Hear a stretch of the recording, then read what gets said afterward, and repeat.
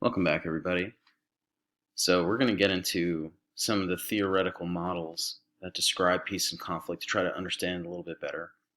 Not after this video, but after the next video, we'll have a conference to check in, see if you guys understand everything. And there will be a quiz on some of this vocabulary posted to Edmodo. And that would include some of these terms that you see on the screen right now that we're going to talk about today. So ultimately, what we're trying to do today is establish some vocabulary in order to develop a conceptual understanding and approach to how and why conflict happens. And we're also going to talk about these three big terms: peacemaking, peace building, peacekeeping. And those are generally the types of solutions that we're going to approach. So when trying to understand conflict, what we're trying to do today is develop the ability to categorize, to talk about what types of conflict happen, what types of violence exist, and what types of solutions there are. Okay, so, I like to start with a question. I wonder, what do you think is a justification for conflict? So we talked a little bit about what peace should mean. What kind of circumstances justify conflict? When is war justified? So if you have a distinct meaning of what war means in your mind after talking about some theories of war, well, what is a just war? So this has been a question for a really, really long time, and it's something referred to in philosophy, in theology and religious studies, and in political science, as well as military studies, the notion of just war theory. When is the use of violence, especially violence on behalf of a state, justified? And you can see the six kind of traditional components of a just war, the six criteria of a just war, I should say, on the right over here. So if all peaceful methods fail, if it must correct some kind of grave ongoing evil, there's a just cause. Is there a valid authority to use violence and go to war? Might there be success? And is it proportional? Is it the force being used proportional? And is there an exit strategy? All of these things are kind of the traditional components of when we have a justification for actually declaring war. There are a lot of justifications of conflict. For one, we've seen a lot of humanitarian intervention, so sending troops to a place to stop horrible violence, ethnic violence, ethnic cleansing, for example, in the NATO intervention into Yugoslavia, to that civil war.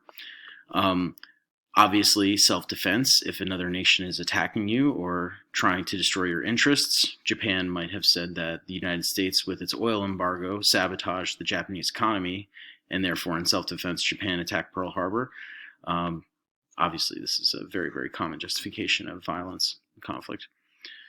And then, of course, there's religiously or culturally condoned violence, and this is too often, unfortunately, characterized many of the reasons for going to war. I think it was, as of 2000, something like 75 to 80% of most conflicts throughout human history had been about religious or ethnic justification. That was according to my dad. I'm not sure how reliable of a source he is, but he was studying theology at the time. Anyway, I wonder if you think about the different wars that we're in. So the war in Afghanistan, the war in Iraq, the war on poverty, the war on drugs. Which of the current wars meet these criteria?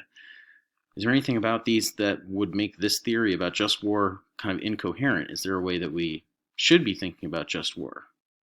Maybe somebody who's an anti-statist, someone who doesn't like thinking about the world in terms of social organization through nation states, might say we should reconceptualize this question.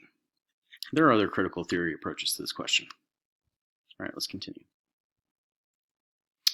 Okay, so let's look at the first theoretical model, and this is what I was illustrating before. And this, again, we're going to Johan Galtung, the, I believe, Swedish sociologist, political theorist, who innovated some really, really important ideas about peace and conflict. And he said that one of the things we have to recognize is that conflict itself can be violent or nonviolent. And this is actually a huge point in the IB curriculum. So conflict is not necessarily bad. In fact, when it's nonviolent, it can often be quite productive. Galtung thus argued that the best way to actually talk about peace and war, and conflict in particular, was to actually isolate the concept of violence and to define and analyze some different kinds of violence. And that would help us understand peace better, how to actually approach peace. So, he says the most obvious form of violence that is visible is what we call direct conflict, direct violence. Physical or verbal visible behavior, harming, hurting the body or mind, a direct attack, a massacre, something like that, police brutality, things that make it to social media, all these things that are visible, you might call direct violence or overt violence. But then there's also something we talked about last time, this notion of structural violence, that people can die for avoidable reasons, like malnutrition, that some of the structures of society, because they're exploitative or alienating, or because they focus on the wrong priorities, will leave certain people exposed to harm, and that is actually a form of violence. So we would call this indirect violence. It's not caused by any act of God or any act of people. It is caused by an act of people. It's caused by some kind of institutional neglect. Generally, Galtung says this is economic exploitation and political repression. People who are politically disempowered, who don't have access to resources, are often just left exposed to harmful conditions that you might call structural violence. And then there's also cultural violence, which has to do with attitudes, where sometimes attitudes can otherize people, can pit people as an enemy that will actually tacitly justify violence against them.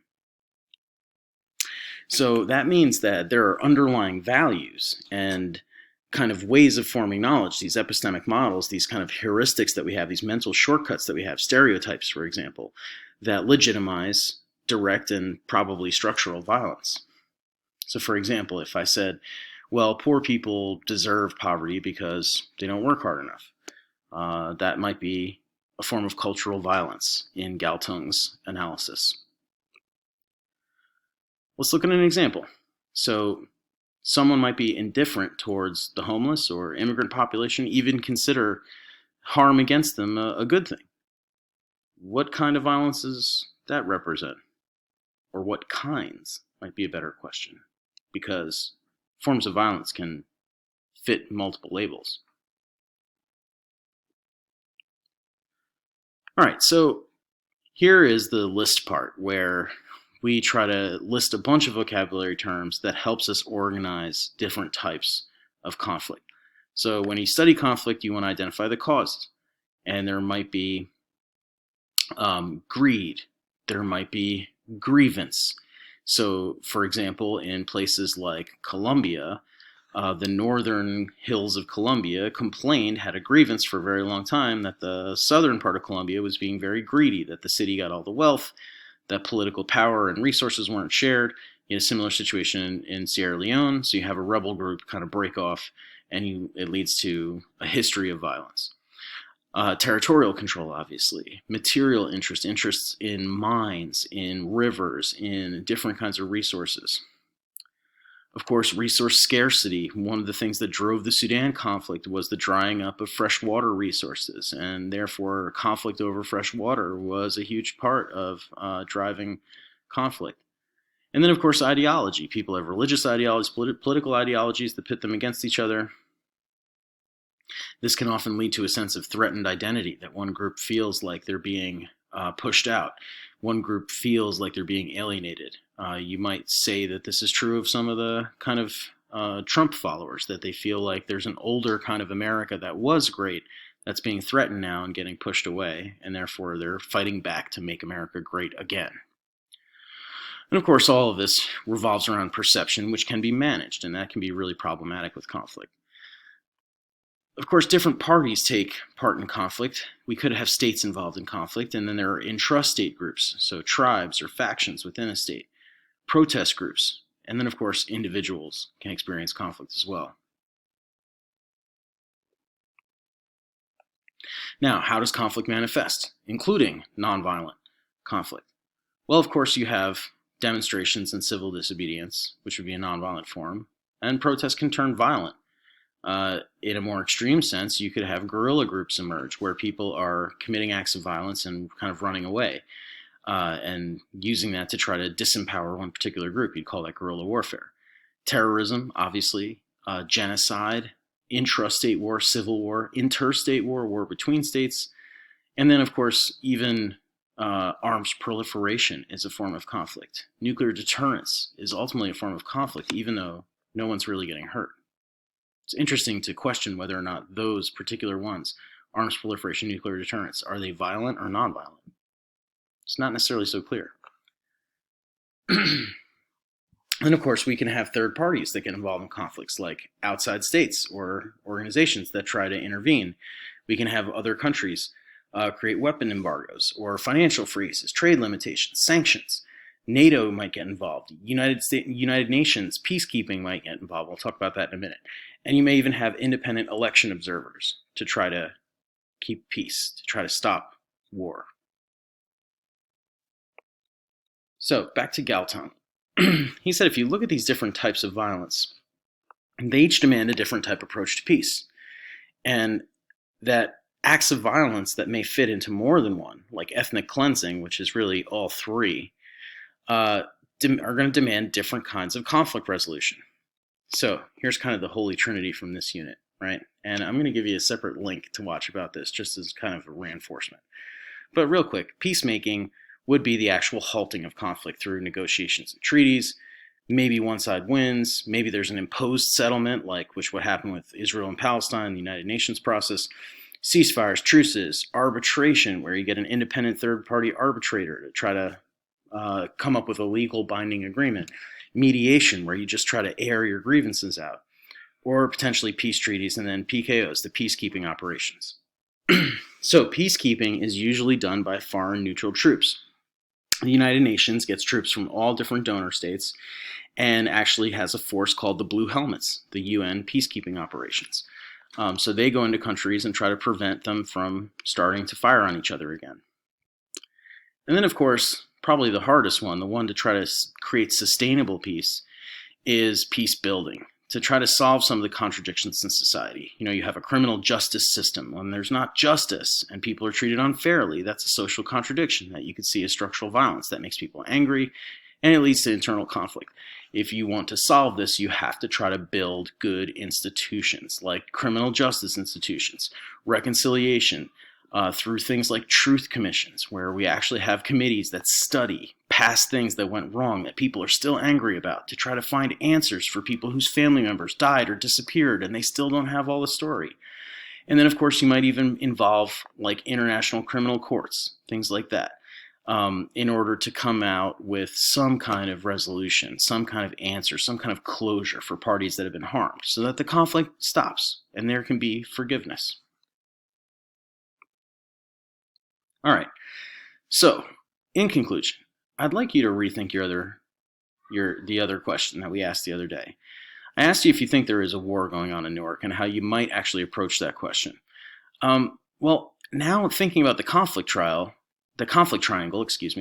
might you think about that question a little differently? What kinds of conflict and violence do you see locally?